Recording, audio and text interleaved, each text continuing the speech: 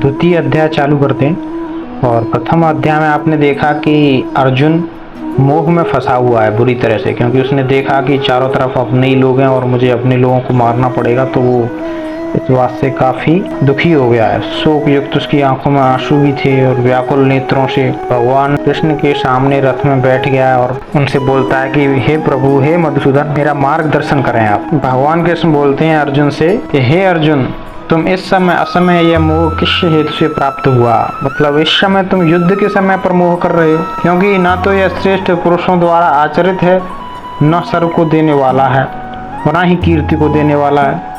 क्योंकि जो श्रेष्ठ पुरुष होते हैं वो मोह नहीं करते और न ही इससे स्वर्ग की प्राप्ति होती है और न ही इससे तुम्हारा मान सम्मान बढ़ेगा। हे अर्जुन, नपुंसकता मत दिखाइए, तुम्हें ये शोभा नहीं देता। तुम एक योद्धा हो, वीर हो।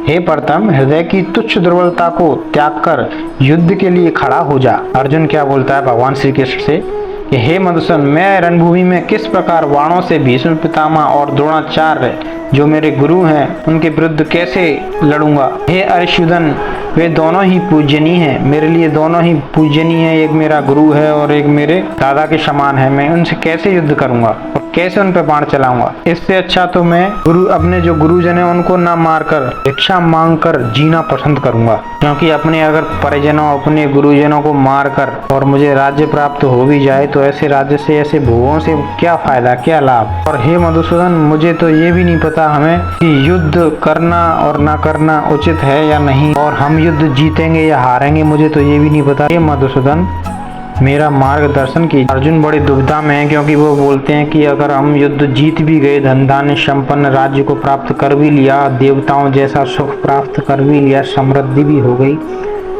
लेकिन इंद्रियों को सुखाने वाला जो शोक, उससे कैसे बचोगे?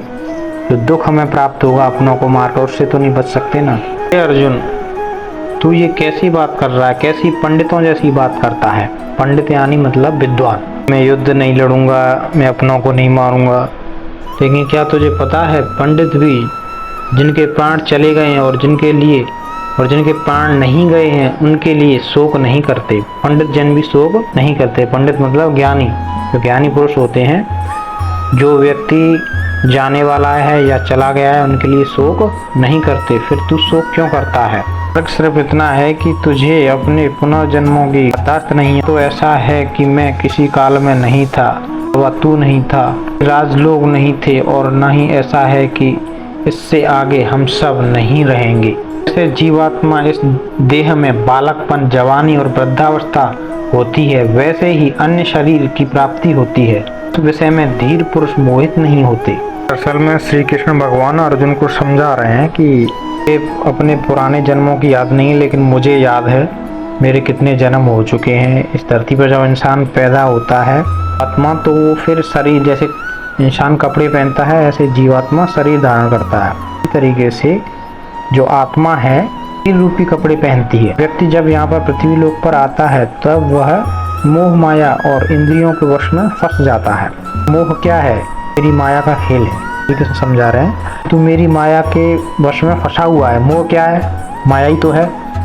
और जो व्यक्ति मोह को त्यागेगा नहीं, वो मोक्ष की प्राप्ति नहीं कर पाएगा। श्री कृष्ण बोलते हैं कि ये शरीर है और इस पे विपत्ति आएंगी, सुख दुख आएगा, सर्दी गर्मी सब कुछ तुझे झेलना पड़ेगा। हे पार्थ, ये चीजें तुझे झेलनी पड़ेंगी, तभी तू मोक्ष की प्राप्ति कर पाएगा। कृष्ण अर्जुन से क्या बोलते हैं कि आत्मा ना तो मरती है और ना ही जन्म लेती है, तो केवल आत्मा के लिए शरीर रूपी वस्त्र है, निश्चित समय के लिए है। ऐसे नाशवान शरीरों से क्या मोह करना? इसलिए हे पार्थ, तू युद्ध कर। नैनम छिद्दन्ति शस्त्राणि नैनम छिद्दन्ति पावकः न चैनम क्लेदन्त्यापो न शोषयति मारुतः। इस आत्मा को ना तो कोई शस्त्र काट सकता है, ना ही अग्नि इसे जला सकती है, ना ही पानी इसे गला सकता है और ना ही वायु इसे सुखा सकती है। आत्मा नित्य सर्वव्यापी, अचल, स्थिर रहने वाला है और सनातन है। सनातन मतलब जो हमेशा से था, है और रहेगा। ये हे पार्थ, तू युद्ध कर। अर्जुन, संपूर्ण प्राणी जन्म लेने से पहले अप्रकट थे, मतलब जन्म लेने से पहले यह शरीर नहीं था और मरने के बाद भी यह शरीर नहीं रहेगा। बीच में ये शरीर आ गया तो इसके लिए क्या शोक करना, क्यों शोक करता है। अर्जुन का भी थोड़ा शोक करना लाजमी है, क्योंकि कोई व्यक्ति होता है तो उससे भावना जुड़ जाती है।